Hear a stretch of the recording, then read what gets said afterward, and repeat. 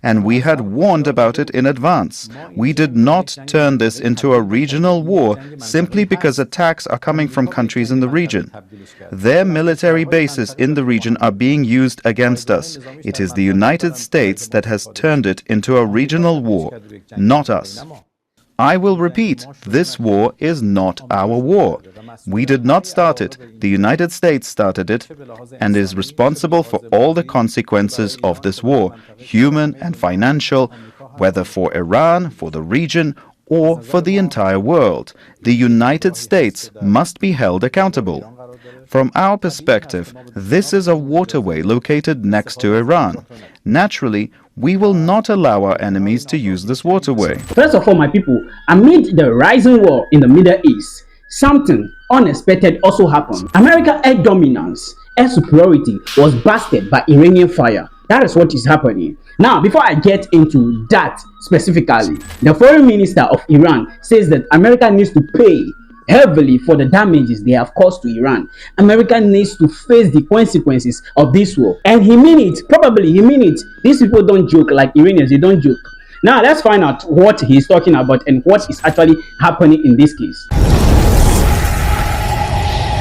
Now, my people, I welcome you all to this platform. If today is your first time on this platform, I hope you are doing well. I hope you are doing great. My brother from Africa, my brother from Europe, my brother from America, or whatever you are, I said you are welcome to this platform. Kindly press the subscribe button and press the notification bar so that anytime I drop videos like this, you'll be the first to be notified. Now, let's go into the details.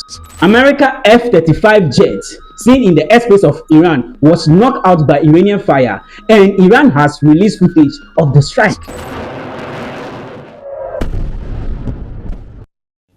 Now, it's unclear whether this video is authentic, but that is what Iranian regime is circulating. They said they have hit their target. That is the most achievement that they have gotten in this war. You targeting F-35 jets. We are talking about F-35 jets, Americans' most advanced war weapon. Now, what happens to the jet? The U.S. military official says that it make an emergency landing at American bases in the region, and the pilot is safe and sound. That's what he is saying. Now, this is a big blow to America. The F-35 jet has been in combat operations since the year 2018. Yet, this is the first time it was ever hit. This jet is worth over $100 million, and it's supposed to be the 60th war jet ever, but the Iranian tracked and struck it. So I can probably say that nobody knows what Iran is capable in this war. But let me take you back in times when the Secretary of War, Pete Hegseth, says something like this. In under a week, the two most powerful air forces in the world will have complete control of Iranian skies, uncontested airspace. I hope all the folks watching understand what uncontested airspace and complete control means. All right, you get it. The US claims that they will have air superiority in week 2, but that's certainly not the case. That's certainly not the case. Even to the point of entering week 4, the US advanced jet was shot, meaning Iran is still capable of maintaining and protecting their interests, or protecting their citizens and protecting their sovereign land. Even in the air, they can get you down. That's what they are capable of. This is not offensive, this is defensive. Yeah, let's put it that way. So currently, we can say that America or any other that is thinking of attacking or that's attacking Iran don't know what they are capable of doing. So that's what is happening. Let's just make it off to the foreign minister what he has to say about what they want America to feel in this war. They are saying they want America to pay the consequences of what they have done. They are saying they are going to make sure that this act of war or this act of aggressions will never repeat itself even in the future again. Let's listen to him. Welcome to Al Jazeera. شكرا ممنون. The first issue today is the announcement that they've assassinated Iran's Supreme National Security Council, Mr. Ali Larijani. ولی I do not know why the Americans and the Israelis still have not understood this point. The Islamic Republic of Iran has a strong political structure with established political, economic, and social institutions. The presence or absence of a single individual does not affect this structure. Of course, individuals are influential and each person plays their role, some better, some worse, some less. But what matters is that the political system in Iran is a very solid structure. We have not had anyone more important than the leader himself, and even the leader was martyred. Yet the system continued to work and immediately provided a replacement. If anyone else is martyred, it will be the same. If the foreign minister were ever to be martyred, there would ultimately be someone else to take the position. Aren't you afraid that you might be one of the targets? Anyone could become a target. In recent days, we have seen that they have no hesitation about targeting any place. So far, 53 hospitals have been attacked, along with many schools. The Minab school, which has now become well known, where 168 students were killed, is the most famous example, but there have been others as well. Bank branches and many residential buildings have also been attacked. Political figures, civilians, scientists, and university professors have all been targeted. It is even possible that the foreign minister could be attacked. But like everyone else, we are standing firm and working for the goals and interests of our country, and we have no hesitation about giving our lives for it if necessary. You are in the middle of a war, and it's an American-Israeli war on Iran. At the same time, Iran is in a wider war. It's launching rockets towards Israel, towards American bases, and also towards neighboring countries.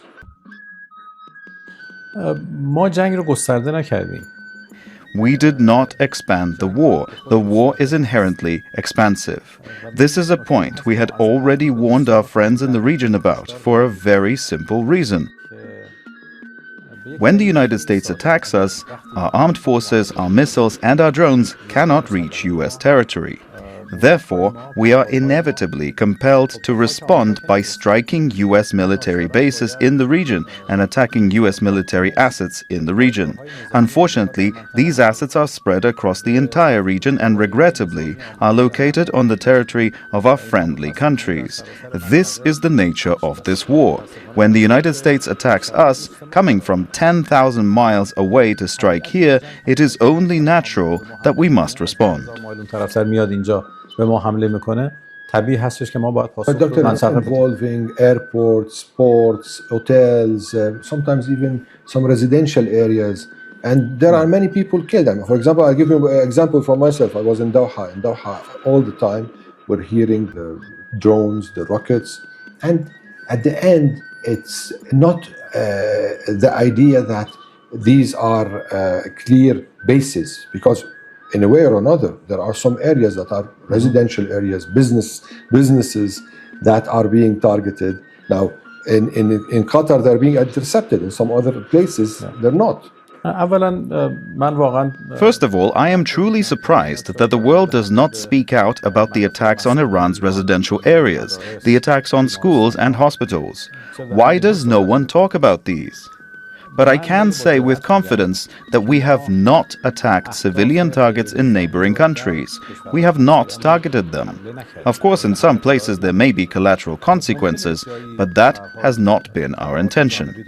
However, when it comes to striking what the Americans call their bases in the region, it is natural that we have not limited ourselves only to their formal military bases. Wherever there has been a concentration of Americans, wherever they have had facilities belonging to them, those places have been targeted. Some of these may have been close to urban areas. This is not our fault. It's the Americans' fault. They evacuated their soldiers from military bases and moved them into hotels inside cities. Overall, it is the United States' behavior that has brought the region to this point. I accept that our friendly countries are upset and that the people of the region have been harmed.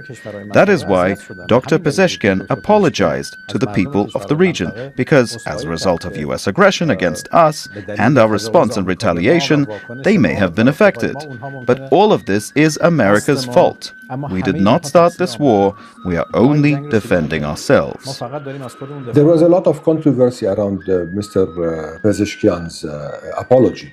whether this created a rift in the system and whether the military was in a way or another reserved towards this apology. من به نظرم که نه همه اینها All this commotion was unnecessary. Mr. Pezeshkian spoke very clearly.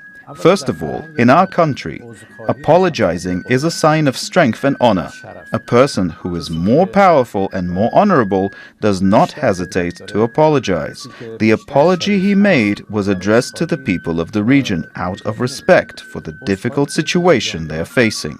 The United States attacked us, and we are retaliating, yet we still apologize to the people of the region because they have suffered. There was no internal disagreement within our system. As for why President Pezeshkian's constructive approach did not succeed, the reason lies with the United States and President Trump himself. Immediately after Dr. Pezeshkian's statement, the US president posted a tweet describing the apology as a sign of defeat and declaring that Iran had been defeated using very insulting language. In reality, Mr. Trump killed this approach from the start. He prevented the emergence of a new atmosphere and a new perspective between us and the regional countries. Ultimately, everything about the current situation is the Americans' fault. They must answer, not only to their own people, but also to our people, to the people of the region, and to history in the future. This war is not our war, not the war of the American people, nor the war of the region. It is America's war, a war that the United States itself chose. It's a war of choice. Yeah, but you're losing friends. Alongside with this war, you're losing friends. Because now, for example, in countries like Oman, Qatar, UAE, Bahrain, Saudi Arabia, which you had a deal with, in China, Kuwait, Iraq, Turkey, Azerbaijan, many countries in the region. Our people are our best friends. First and foremost, we must protect them. We must not bargain with the lives of our people because of friends who are making mistakes. Our friends have given the United States military bases over the past 47 years. Over the past 47 years, our friends have built very good relations with the United States, which has been our enemy. They have provided a wide range of services to the United States, and they continue to do so. Some of our friends have established relations with Israel, which is the greatest enemy of the Islamic world. Even now, some of our friends are allowing their territory to be used against us. I do not know whether they officially allow it or not, but their territories are being used. CENTCOM openly says that, for example, HIMARS short-range missiles are being launched from inside regional countries. When 3 American F-15 aircraft in Kuwait are said to have been mistakenly shot down, no one asks what they were doing in Kuwait. Obviously, they were passing through Kuwait's airspace on their way towards Iran. For us, protecting the lives of our people is more important than anything else. We hope our friends understand this and realize that over the past 47 years, we have been neighbors and friends, but certain actions have ultimately led to the situation we see today. There is an analysis that Iran was confronting the American war, the American-Israeli war, with turning this into a regional war, and also creating a situation of an international crisis, especially with the closure, or at least the situation that is in the Hormuz Strait, which is almost a closure. Did we start it? We did not start it. This war was imposed on us, and we had warned about it in advance. We did not turn this into a regional war simply because attacks are coming from countries in the region. Their military bases in the region are being used against us. It is the United States that has turned it into a regional war, not us. I would like to understand your vision towards the Strait of Hormuz, the closure. You've been saying that everyone is still allowed to pass except for the enemies of Iran. Also, we've heard reports that Iran is putting a condition that there should be transactions in yuan for ships to pass. Also, we heard in the leader's statement that also probably Yemen could enter, and then there are a lot of indications Bab el-Mandab could close. Is Iran trying to suffocate the international economy? من باز تکرار میکنم این جنگ ما نیست. I will repeat, this war is not our war. We did not start it. The United States started it and is responsible for all the consequences of this war, human and financial, whether for Iran, for the region, or for the entire world. The United States must be held accountable. From our perspective, this is a waterway located next to Iran. Naturally, we will not allow our enemies to use this waterway. At the same time, a war is taking place around it, and naturally, many ships and countries may not want to use this route due to insecurity. Some countries contact us to discuss safe passage through the Strait of Hormuz, and we try to provide them with the conditions for such passage. In my view, we need to design new arrangements for the Strait of Hormuz and the way ships pass through it in the future, after the war, so that peaceful navigation through this waterway can be permanently maintained under clear regulations with consideration for Iran's interests and the interests of the region. I believe that after the war, the first step should be drafting a new protocol for the Strait of Hormuz. Naturally, this should be done between the countries that lie on both sides of the strait, as they are the principal parties in this matter, and it should guarantee that safe passage through the strait takes place under specific conditions. Upon whose conditions? You say special conditions. شرایطی که صلح‌آمیز بودن رو محقق بکنه. Conditions that ensure peacefulness. We do not want to witness another war in the region, and we do not want to see the strait closed again. There must be regulations and conditions established that guarantee lasting peace in this صلح region. پایدار رو در این منطقه تضمین. What about the Americans now? Yesterday we heard President Trump saying that there are possibilities to reach somewhere. Now, there is nothing solid in what he said, but it's clear that the Americans are in a situation where they're waiting Iran to make the first step. آمریکایی‌ها به نظر من توسط اسرائیل In my view, the Americans were drawn into this war by Israel, or more precisely by Netanyahu himself, and I think they themselves do not even know what their ultimate objective is. Every day they talk about something different. Once about regime change, once about dividing Iran, once about the collapse of the government, and once about unconditional surrender. All this was based on a miscalculation, and now they have realized that because of it, they have found themselves in a difficult situation. Those who were demanding unconditional surrender from us are now forced to seek help, even from their own adversaries, to reopen the Strait of Hormuz, inviting other countries and saying, please help. In my opinion, the United States started this war and must also acknowledge that it made a mistake and put an end to its aggression. We are not seeking a ceasefire because we do not want this scenario to be repeated again after some time. Rather, we want the war to end completely and permanently. به صورت کامل و به صورت دائمی. In the whole region, or just in Iran? Because there's another front in Lebanon also. In the whole region. We desire lasting peace throughout the entire region, encompassing all the countries within it. So if there is a ceasefire that is offered and a lot of guarantees that this is not going to be repeated, but the war, for example, in Lebanon will continue, will this war stop? من فکر نمی‌کنم. I don't think so. First of all, we do not believe in a ceasefire. We believe in ending the war. And ending the war means exactly that, ending the war on all fronts. I think this is also in the interest of peace in the region, that once and for all, the issue of war in the region is resolved, and that we witness peace throughout the region, in Lebanon, in Yemen, in Iraq, in Iran, and in other countries of the region. The region should become a stable region characterized by peace, development, and progress. I believe that peace in the region must be comprehensive, encompassing all dimensions of peace and including all countries.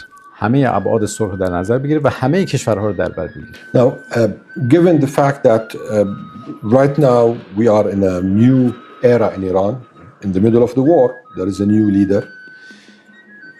Of course, there'll be new policies, new projection of strategies. And also, we know that the late leader, Ayatollah Khamenei, had a fatwa with respect to the nuclear weapons. Does this fatwa continue with the new leadership, or the new leader could change it? Mainly the nuclear policy of Iran, the nuclear doctrine of Iran, will it change? دکترین هسته ایران یک دکترین صلح‌آمیز بوده. Iran's nuclear doctrine has been a peaceful one, and we have always sought, and still seek, to exercise our rights to benefit from peaceful nuclear energy. A fatwa, as you know, depends on the person who issues it. I am not yet in a position to judge what the new leader's jurisprudential or political stance on this matter will be. My understanding is that it should not differ greatly from our previous policies, but we must wait until we become aware of his views. از دیدگاه‌هایشون مطلع بشیم. There have been a lot of questions with respect to the new leader, especially that when he addressed the world and Iran mainly, he addressed them through a statement, but no one saw him. Can you tell us more about his situation? Because there were reports from the Iranian television that he was injured in the attack. تا اونجایی که من اطلاع دارم ظاهراً جراحات سطحی وجود داشته. As far as I am aware, there were only superficial injuries, and he is still in full health and has the situation under control. When and how he will speak to the people, whether through a statement or in person, is up to him. But the information I have, which I know to be accurate, is that he is in complete health. دقیقی هم هست. اینکه ایشون در سلامت کامل به سر. Based on this, Mr. Trump is saying that he doesn't know with who to talk in Iran. There's no leadership that he knows of. I am astonished. We have a president, we have a foreign minister, we have the leader. All the pillars of the system are in their proper place, and it is perfectly clear who one should be speaking with. Now, let's talk a bit about the possibility of talks, negotiations, coming down the ladder. There are attempts already going on. Anyone trying to reach out to you? کشورهای زیادی هستن از دوستان ما که ایده هایی رو مطرح میکنن. There are many countries, our friends, that have proposed ideas and expressed readiness to play a role in achieving peace. We thank all of our friends who are making efforts in this regard. Our position is the same as what I have stated here, and we have also conveyed it to our friends. We do not accept a ceasefire. However, if there is an idea for ending the war that meets our conditions so that the war ends permanently across the entire region and the damages suffered by Iran are compensated, we will certainly listen to it. ما حتما میشنویم این ایده ها. There are also analysis that maybe one of the countries that could be able to create a situation or an atmosphere or environment for a settlement could be China. How accurate is that? Given that Iran wants a country with a weight in the world. به نظرم کشورهای زیادی هستن که میتونن نقش رو ایفا بکنن. In my view, several countries can play this role. China is one of them.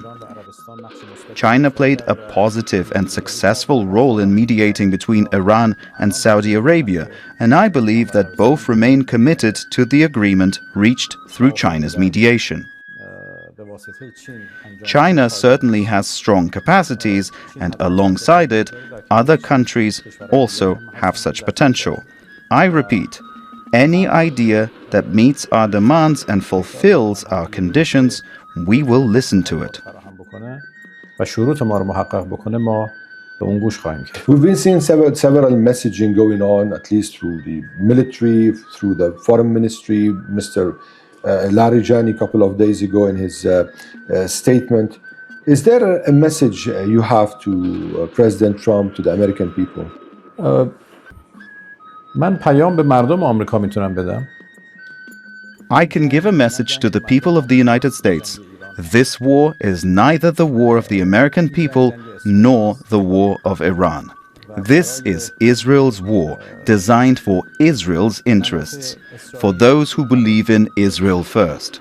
The cost is being paid by the people of Iran, the people of the region, and the people of the United States. Both the human and financial costs are being paid by ordinary people, by people standing at gas pumps.